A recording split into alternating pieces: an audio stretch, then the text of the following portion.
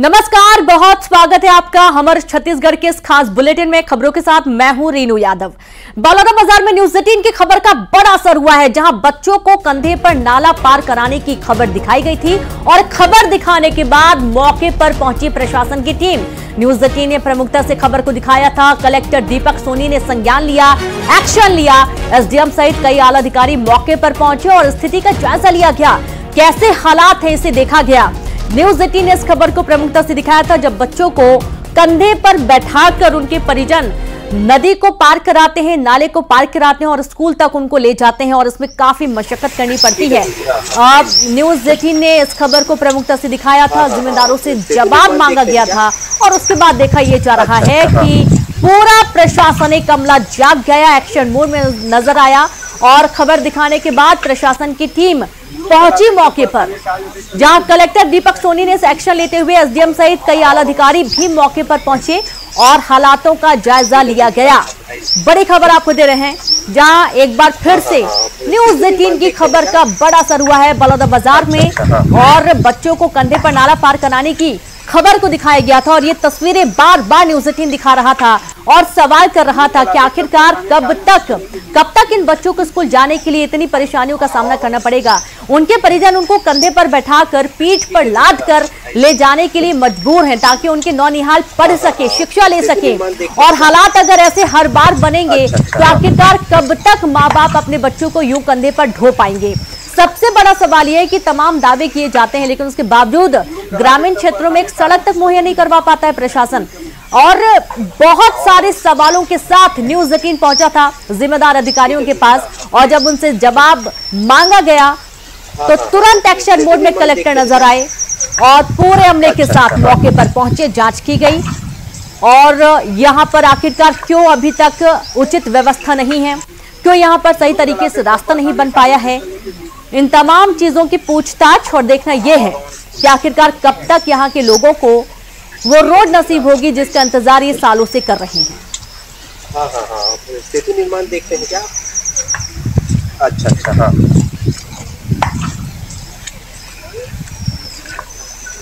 तो देखिए, न्यूज 18 ने लगातार और बार बार इस खबर को दिखाया था, जहां कंधे पर नाला पार कराने की खबर को दिखाया गया था। बच्चों को उनके जो घर के परिजन हैं वो कंधे पर बैठाकर, कोई दो बच्चों को अपने कंधे पर बैठाकर स्कूल ले जाने के लिए मजबूर हुआ, कोई पीठ पर लाद कर बच्चे को ले जाने के लिए मजबूर पिता अपने बच्चे को स्कूल ले जा रहा है। और इन तस्वीरों को दिखाने के बाद जिम्मेदारों से जवाब मांगा गया, सवाल किए गए, लेकिन उनके पास कोई जवाब फिलहाल ऐसी स्थितियों का नहीं था। लेकिन तुरंत कलेक्टर ने इस पर संज्ञान लिया और अपने पूरे अमले के साथ मौके के लिए रवाना हुए, जहां पर मौके पर पहुंचकर उन्होंने स्थिति का जायजा भी लिया। सेतु निर्माण देखते हैं क्या? हालांकि ये सिर्फ बलौदाबाजार की कहानी नहीं है। दरअसल ग्रामीण क्षेत्रों में ज्यादातर ऐसे इलाके हैं जहां पर सड़कें खराब हो जाती हैं तो दोबारा बन नहीं पाती हैं, या तो सड़कें कभी बनी ही नहीं हैं। कच्ची सड़कों का इस्तेमाल करने के लिए ग्रामीण मजबूर रहते हैं। और ये देखिए किस तरीके से चाहे महिलाएं हों चाहे बुजुर्ग हों, सबको घुटने तक या कमर तक पानी भर जाता है और उन परेशानियों का सामना करके उनको नदी पार करनी पड़ती है, नाला पार करना पड़ता है, तब जाकर वो अपने एक छोर से दूसरे छोर जा पाती हैं। और बच्चे इस दौरान काफी परेशान होते हैं, शूज नहीं पहन सकते हैं क्योंकि पानी के बीच से होकर उनको निकलना पड़ता है। कई मुश्किलों का सामना करते हुए बच्चे स्कूल पहुंच पाते हैं। घर वापसी के दौरान भी उनको सेम यही दिक्कत का सामना फिर करना पड़ता है। सेतु निर्माण देखते हैं क्या? अच्छा, हाँ।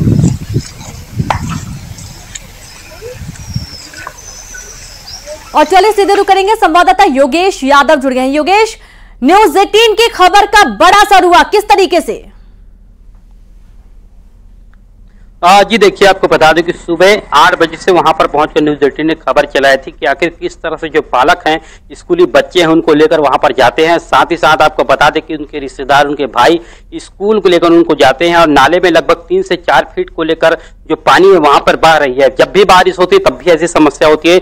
न्यूज 18 ने खबर प्रमुखता से चलाई थी, जिसके बाद कलेक्टर ने बड़ा एक्शन लेते हुए यहाँ पर एसडीएम और आला अधिकारी को वहां पर भेजा था, जिसके बाद अभी रिपोर्ट आई है कि कुछ देर बाद कलेक्टर कुछ एक अच्छा निर्णय ले सकते हैं। कल न्यूज 18 को कलेक्टर चर्चा करने के लिए बुलाई है। वहीं आपको बता दें कि समस्या अभी की नहीं, जब भी बारिश आती है तब भी ऐसी समस्या होती है।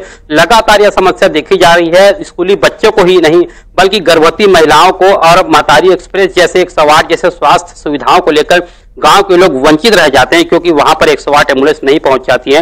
वीडियो में आपने साफ तौर पर देखा होगा कि किस तरह से 3 से 4 फीट जो गड्ढे हैं वो वहां से पानी बह रही है नाले से। इतना ही नहीं, आज तो पानी कम था, लेकिन उससे और पहले दिन लगातार बारिश हो रही थी, वहां पर पानी बहुत ज्यादा था, लोग एक पार से दूसरे पार नहीं आ पा रहे थे। न्यूज 18 ने बच्चों से बातचीत की भी थी। उन बच्चों का कहना कि स्कूल हम लोग जा नहीं पाते, कि वहां पर गड्ढे होते, स्कूल जाते हैं तो अपने पालक के कंधों पर बिठा कर जाते हैं। लिहाजा इस पूरे मामले पर कलेक्टर ने आदेश जारी करते हुए आला अधिकारियों को एक्शन लेते हुए उनको भेजा है और शाम 4 बजे तक इसकी रिपोर्ट आएगी कि आखिर कलेक्टर ने उसको लेकर क्या दिशा निर्देश जारी किया है। बिल्कुल योगेश, बहुत शुक्रिया आपका तमाम जानकारी साझा करने के लिए। तो कलेक्टर ने अधिकारियों को भेजा है, रिपोर्ट तलब की है और 4 बजे तक रिपोर्ट देनी होगी कि आखिरकार ऐसे हालात क्यों बनते हैं। आगे बढ़ेंगे। गरियाबंद में स्कूल के विद्यार्थी जान जोखिम में डालकर नदी पार करने के लिए मजबूर है। अमली पदर सूखा नदी का यह पूरा मामला है, जहां तेज बारिश से नदी उफान पर है। पुल नहीं होने से ग्रामीण परेशान है। पिछले 2 सालों से पुल निर्माण का काम चल रहा है। स्कूल के लिए जान जोखिम में डालकर नदी पार करनी पड़ती है, कभी भी बड़ा हादसा हो सकता है। और ये तस्वीरें आप देखिए, जहां पैदल, साइकिल से, मोटरसाइकिल से इस पुल को पार करने की जद्दोजहद छोटे मासूम बच्चे करते हुए नजर आते हैं। और अगर ये बहाव बहुत तेज हो जाएगा तो न जाने कितने मासूमों की जान पर भी बना सकती है। आफत की बारिश में आप देखेंगे कि जो छोटे पुल होते हैं वो खासतौर पर पानी में डूब जाते हैं। और इस दौरान अंदाजे में ही जो मजबूरी है लोगों की कि इस पुल को पार करना पड़ता है, जाना पड़ता है। संवाददाता शेख इमरान जुड़ गए हैं। शेख इमरान, मजबूरी ऐसी है कि इस रास्ते का इस्तेमाल करना ही पड़ता है जहां पर जोखिम भरा हो।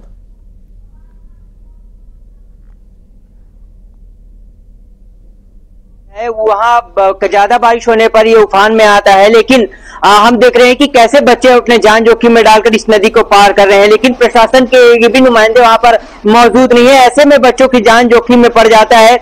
हमने देखा है कि कई बच्चे वहां पर गिरते गिरते बचे हैं। अगर थोड़ा सा पैर फिसलता है तो एक बड़ा हादसा निकलकर सामने आएगा। और पिछले 2 सालों से इस नदी में पुल का निर्माण कछुआ गति के चाल से चल रहा है, जबकि प्रशासन को ध्यान देना था कि बारिश होने पर ये गांव जो है टापू बन जाता है और बच्चे जो है अपने जान जोखिम में डालकर इस नदी को पार करते हैं। न केवल बच्चे नदी को पार करते हैं बल्कि ग्रामीण भी अपनी रोजमर्रा जिंदगी के लिए जो सामान लाना है उनके लिए भी उन्हें इस नदी को पार करना पड़ता है। और ज्यादा पानी होने से खतरा और भी बढ़ सकता है। जैसे कि स्कूली बच्चे सुबह 10 बजे स्कूल जाते हैं और जब वो वापस आते हैं तो जल स्तर और भी ज्यादा बढ़ जाता है। अगर लगातार बारिश होती है तो इसका जल स्तर लगातार बढ़ जाता है और बच्चे फंस जाते हैं। ऐसे में प्रशासन को ध्यान देना चाहिए, वहां पर बल वहां पर तैनात होना चाहिए, एसडीआरएफ की टीम वहां पर मौजूद होना चाहिए, लेकिन ऐसा कोई वहां पर मौजूद नहीं है। हालांकि न्यूज 18 में खबर दिखाए जाने के बाद प्रशासन जा सकते हैं और हम यही चाहते हैं कि वहां पर कोई घटना ना हो। इसे देखते हुए प्रशासन वहां पर जल्दी की व्यवस्था कराए, क्योंकि लगातार बारिश हो रही है और इस बारिश के बीच अगर जल स्तर बढ़ता है तो निश्चित तौर पर बच्चे फंस सकते हैं, ग्रामीण फंस सकते हैं। और उफनती नदी को हर साल इसी तरह ग्रामीण पार करते हैं, स्कूली बच्चे पार करते हैं, जो जान जोखिम में इनके बच्चों का पड़ जाता है। हालांकि प्रशासन को इसमें ध्यान देना होगा, तब कहीं जाकर कोई बड़ा हादसा रुक सकता है, नहीं तो ऐसे में कोई बड़ा हादसा निकलकर सामने आ सकता है। जी बिल्कुल शेख इमरान, बहुत शुक्रिया आपका तमाम जानकारी के लिए। तो जाहिर सी बात है कि अगर लगातार ऐसे हालात बने रहें तो कभी भी कोई बड़ा हादसा हो सकता है। और आगे बढ़ेंगे। बालोद से बाढ़ के दिल दहला देने वाली तस्वीर सामने आई। बाढ़ के पानी में बहते नजर आए 12 से ज्यादा मवेशी। जी हां, गौवंश का झुंड पानी के तेज बहाव में बहा। बालोद जिले के लमटी गांव के नाले की तस्वीरें हैं ये, जहां सभी मवेशी सुरक्षित बताए जा रहे हैं, जान भी जा सकती थी। ये तस्वीर आप देखिए, जहां उफनते नाले को पार करते हुए मवेशियों का झुंड नजर आया और इसमें बहते बहते मवेशी बच गए। बड़ा हादसा हो सकता था, मवेशियों की जान भी जा सकती थी। गनीमत ये रही कि सभी मवेशी सुरक्षित बताए जा रहे हैं। फिलहाल कोई जान नहीं गई है, लेकिन यहां पर एक बहुत बड़ा हादसा, देखिए किस तरीके से मवेशी इस पुल को पार करते हुए नजर आए हैं।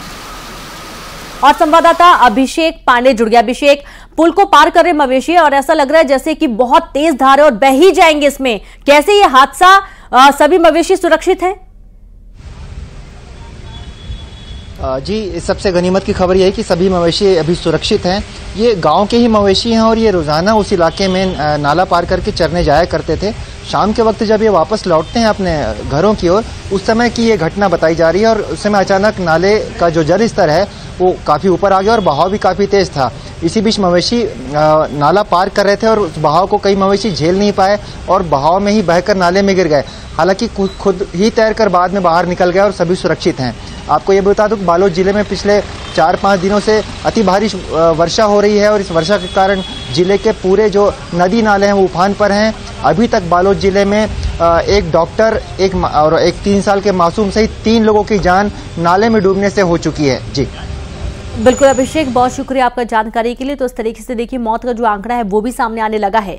गनीमत ये कि सारे मवेशी सुरक्षित हैं। कोरबा में बारिश का कहर जारी है, नदी नाले उफान पर है। ग्रामीण की डूबने से मौत हो गई। बिलासपुर कोरबा मार्ग में गाजर नाला के ऊपर से पानी बह रहा है। करतली पुटा का रपटा टूट गया है। कई घंटों तक आवागमन बाधित रहा। 24 घंटे में 558.5 मिलीमीटर बारिश यहां पर दर्ज हो चुकी है। तस्वीरें आप देखिए, ऐसा लग रहा है बाढ़ के हालात पूरे इलाके में बन चुके हैं। सब जगह पानी ही पानी नजर आ रहा है। सभी दुकानें बंद हैं, मार्केट पूरा बंद है। लोगों को अपने घरों से निकलना मुश्किल ही नहीं बल्कि जोखिम भरा हो चुका है, क्योंकि हालात ऐसे बने हुए हैं, चारों तरफ पानी ही पानी नजर आ रहा है।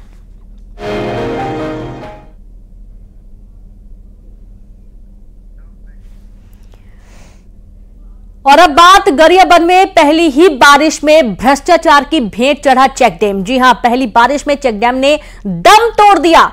निर्माण एजेंसी पर सवाल उठ रहे हैं। मनरेगा में बनाया गया था चेक डैम। मैनपुर ब्लॉक के ग्राम पंचायत चलना पदर का यह पूरा मामला है। देखिए डैम की स्थिति आप देखिए और आप जरा सोचिए, करोड़ों की लागत से एक डैम का निर्माण होता है, लेकिन हालात ऐसे बन गए हैं, मानिए कि भ्रष्टाचार की भेंट ये पूरा डैम चढ़ चुका है। और आप देखकर अंदाजा भी नहीं लगा सकते कि इसको डैम भी कहा जाएगा। ये डैम बनाया गया था जो कि पूरा खराब हो चुका है। लगातार बारिश के बाद गौरेला पिंडरा मरवाही जिले में नदी नाले उफान पर हैं। हालांकि औसतन कम बारिश की वजह से किसानों के खेतों में दरार की स्थिति जरूर बनने लगी थी। अब लगातार बारिश के बाद किसानों को खेती करने के लिए पानी की जरूरत पूरी हो गई है। दूसरी ओर कुछ वनांचल गांव में भारी बारिश के कारण लोग बाजारों तक पहुंचने के लिए उफनती नदी नालों को पार करते हैं। यहां तक कि लोग बच्चों को पीठ पर लादकर उफनती नदी को पार करा रहे हैं, जोखिम उठा रहे हैं। तस्वीरें आपके सामने हैं।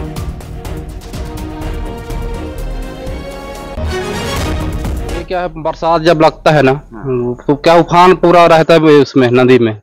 महीना 1.5 महीना कम से कम नहीं तो नहीं हटाता हूँ। आना जाना बंद रहता है। फिर ये बच्चों का स्कूल आने में सब टोटल बंद रहता है। नदी में उफान रहता है, उसमें तो बच्चे नहीं आते हैं।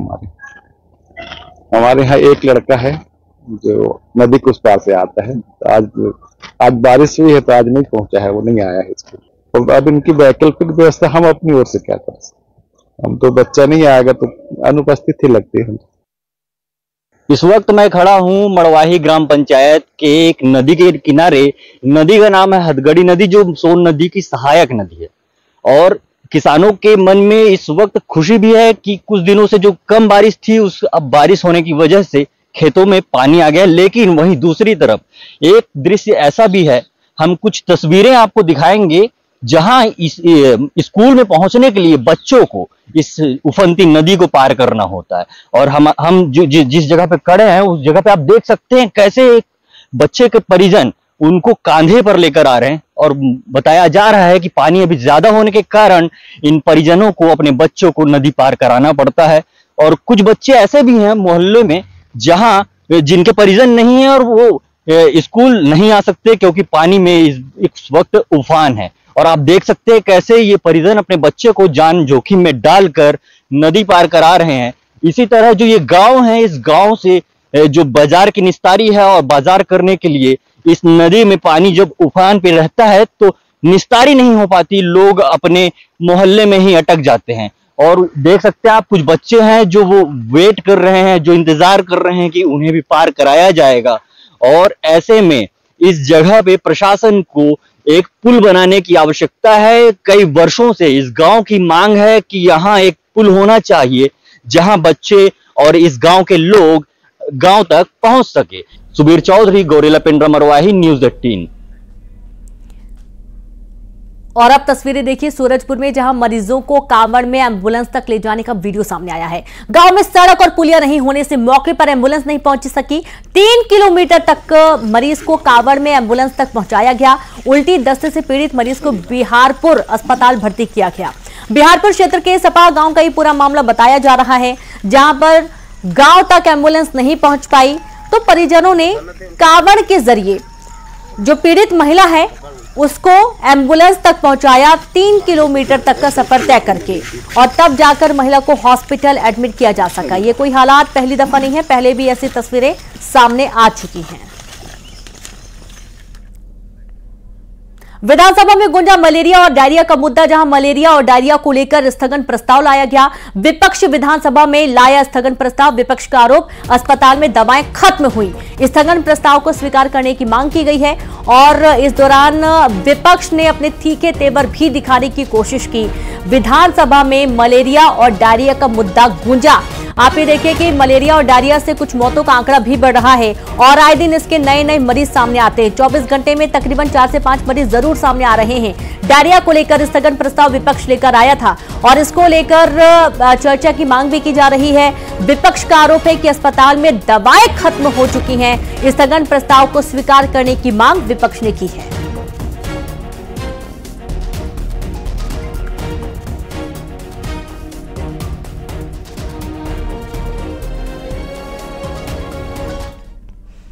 प्रदेश के आदर्श ग्राम योजना में सोलर लाइट खरीदी की जांच होगी। जी हां, विधानसभा की समिति करेगी जांच, जहां लता उसेंडी ने प्रश्नकाल में इस मुद्दे को उठाया था।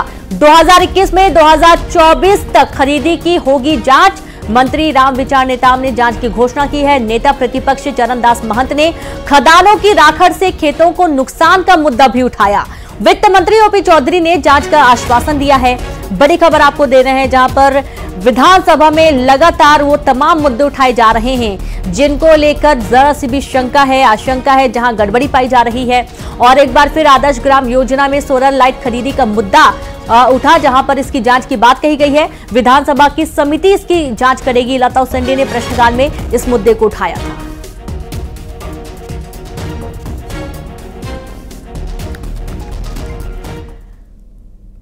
वहीं सदन में गूंजा दवाई और उपकरण खरीदी का मामला। जी हां, दवाई और उपकरण खरीदी में अनियमितता का आरोप लगाया गया। बीजेपी विधायक धरमलाल कौशिक ने इस मुद्दे को उठाया था। धरमलाल कौशिक ने मुद्दे को उठाया, ध्यानाकर्षण के जरिए सदन में इस मामले को उठाया गया। दवाई और उपकरण खरीदी में भ्रष्टाचार हुआ है, धरमलाल कौशिक का ये कहना है। धरमलाल कौशिक ने जांच की मांग की है। 3 IAS अधिकारियों की कमेटी कर रही जांच और अब इस जांच के बाद ही कुछ हालांकि स्पष्ट होगा, लेकिन आज दवाइयों का मुद्दा भी सदन में गूंजा है। और चलिए सीधे रुक कर देंगे, संवाददाता आकाश शुक्ल जुड़ गया। आकाश, देखा यह जा रहा है कि सत्ता पक्ष और विपक्ष दोनों तरफ से कई सारे मुद्दे उठाए गए हैं, जहां चाहे ध्यानाकर्षण लाया गया, स्थगन प्रस्ताव लाया गया, क्या क्या वो जरूरी मुद्दे थे जिसको लेकर विपक्ष के तीखे तेवर नजर आए हैं। आकाश जी बिल्कुल, सदन के चौथे दिन आज स्वास्थ्य सेवाओं का मुद्दा उठा है कि किस तरीके से प्रदेश में जो है स्वास्थ्य सेवाओं की लचर व्यवस्था है, इसको लेकर विपक्ष और सत्ता पक्ष तमाम विधायकों ने इस मुद्दे को उठाया है। डायरिया और मलेरिया जैसे जो बीमारियां आ रही है, जांच नहीं हो रहा है, इलाज नहीं हो पा रहा है, मरीजों को भगा दिया गया, जैसे तमाम मुद्दे को लेकर जो है वो विपक्ष स्थगन प्रस्ताव लाया था। इसमें उन्होंने कहा कि कितना संवेदनशील मामला है कि स्वास्थ्य सेवाओं का प्रॉपर लाभ जो है प्रदेश की जनता को नहीं मिल रहा है। हालांकि विधानसभा अध्यक्ष डॉक्टर रमन सिंह ने इस पे चर्चा के लिए कल का वक्त दे दिया है। इसके साथ ही इससे जुड़ा मामला है जो दवाओं और इक्विपमेंट में खरीदी बिक्री का CGMS के माध्यम से तमाम जो है दवाएं व उपकरण खरीदी जाती है, इसमें गड़बड़ियां हुई हैं, भ्रष्टाचार हुआ है, अनियमितता हुई है। जो ऑडिट रिपोर्ट है, ऑडिट रिपोर्ट में भी करोड़ों की गड़बड़ी सामने आई है। इसको लेकर विधायक धरमलाल कौशिक ने मुद्दे को उठाया और जांच की मांग की गई है। उन्होंने ये भी बताया कि पूर्व सरकार से लेकर अब तक है जो बिना ऑर्डर के दवाएं खरीद दी गई, इक्विपमेंट खरीदे गए, इसका किसी तरीके से ऑर्डर जो है वो नहीं है, नियम प्रक्रिया का पालन नहीं किया गया है। AG की जो रिपोर्ट आई है उसमें भी गड़बड़ी की बात जो सामने आई है, लेकिन इस पर किसी तरीके से जांच नहीं की गई। मामला गरमाता देख जो है स्वास्थ्य मंत्री श्याम बिहारी जायसवाल ने इसमें जांच के निर्देश दिए हैं। IAS की 3 सदस्यीय समिति जो बनाई गई है और ये जांच रिपोर्ट 3 महीने के भीतर देंगे और जो भी दोषी अधिकारी है उन पर कड़ी कार्रवाई होगी। साथ ही प्रक्रिया में भी सरलीकरण की बात जो है इसमें कही गई है। जी बिल्कुल आकाश, बहुत शुक्रिया आपका तमाम जानकारी साझा करने के लिए। तो इस तरीके से देखिए, आप लगातार कई सारे मुद्दे विधानसभा में उठाए गए और सदन में विपक्ष ने अपने तीखे तेवर दिखाए और इस मुद्दे को चर्चा की मांग भी की गई है। मलेरिया और डायरिया का मुद्दा खूब गूंजा। आगे बढ़ेंगे। दुर्ग से बड़ी खबर है, जब भिलाई में एनआईए की दबिश दी गई है। एनजीओ संचालक कलादास डहरिया के निवास पर दबिश दी गई। 6 से ज्यादा अधिकारी दबिश में शामिल रहे। नक्सलियों से सांठगांठ के शक के चलते ये दबिश दी गई है, जहां laptop, pen drive, mobile phone को जब्त कर लिया गया। एसपी जितेंद्र शुक्ला ने एनआईए दबिश की पुष्टि की है। बड़ी खबर आपको दे रहे हैं दुर्ग से, जहां पर भिलाई में एनआईए की दबिश दी गई है। एनजीओ संचालक कलादास डहरिया के निवास पर दबिश दी गई, जहां 6 से ज्यादा अधिकारी दबिश में शामिल रहे। नक्सलियों से सांठगांठ के शक पर यह दबिश दी गई है। Laptop, pen drive, mobile phone को जब्त किया गया। और आगे बढ़ेंगे, जहां बिलासपुर में कांग्रेस पार्षद पर एफआईआर दर्ज की गई है। फर्जी रसीद से वसूली का यह पूरा मामला है। पार्षद अमित सिंह के खिलाफ धोखाधड़ी का मामला दर्ज किया गया। कमिश्नर के पत्र पर कांग्रेस पार्षद के खिलाफ एफआईआर दर्ज हुई है। सरकंडा थाने में वार्ड नंबर 50 के पार्षद के खिलाफ एफआईआर हुई दर्ज। मुख्यमंत्री स्वावलंबन योजना के तहत 40 दुकानें आवंटित की गई हैं। 9 दुकानदारों के पास संदिग्ध रसीदें मिली थी। पार्षद ने फर्जी रसीद देकर हर दुकानदार से 18,700 रुपए वसूले। तो वहीं बलरामपुर में अतिक्रमण हटाने का विरोध किया गया। अतिक्रमण हटाने के बाद आज लोगों का गुस्सा फूट पड़ा। लोगों ने कलेक्टर की गाड़ी को रोक दिया। तोड़फोड़ पर रोक लगाने की मांग की गई। लोगों ने जमकर नारेबाजी की। वाड्राफनगर सड़क को जाम कर दिया गया। रामानुजगंज रिंग रोड का ये पूरा मामला बताया जा रहा है। बड़ी खबर बलरामपुर से आपको दे रहे हैं, जहां पर अतिक्रमण हटाने का विरोध किया गया। अतिक्रमण हटाने के बाद आज लोगों का गुस्सा फूट पड़ा। लोगों ने कलेक्टर की गाड़ी को रोक दिया।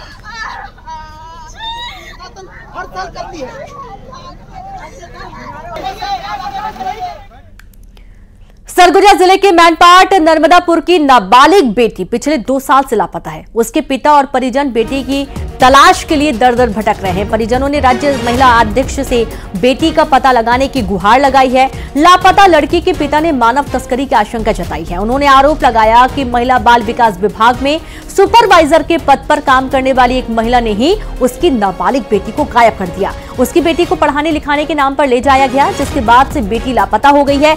पिता ने पुलिस से कई बार फरियाद लगाई, लेकिन कोई सुनवाई नहीं हुई।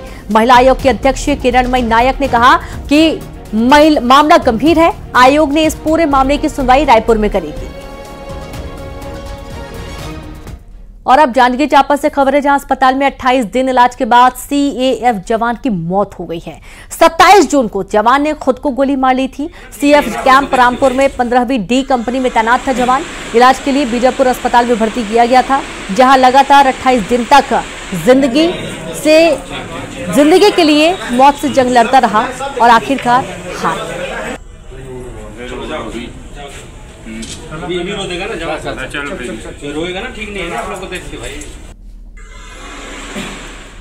तो वहीं अंबिकापुर में डायरिया से 13 साल की बच्चे की मौत के बाद स्वास्थ्य विभाग में हड़कंप मचा हुआ है। स्वास्थ्य विभाग की टीम पहुंची गांव, ग्रामीणों को जागरूक कर रही है स्वास्थ्य विभाग की टीम। उदयपुर ब्लॉक के खुज्जी गांव में बच्चे की मौत हुई थी। 13 साल की मासूम बच्ची की मौत के बाद से पूरा स्वास्थ्य विभाग में हड़कंप मच गया और यहां पर तुरंत टीम मौके पर पहुंची। सभी का जांच किया गया, परीक्षण किया गया, क्योंकि लगातार डायरिया की चपेट में आने से मरीजों का जो स्वास्थ्य है वो बहुत ज्यादा खराब हो रहा है।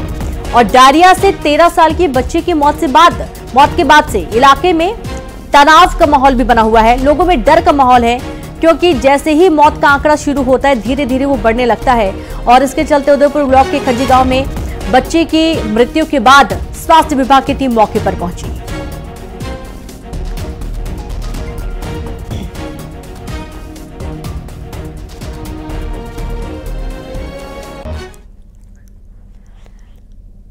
और चलिए अब देखेंगे 20 बड़ी खबरें तेज अंदाज में।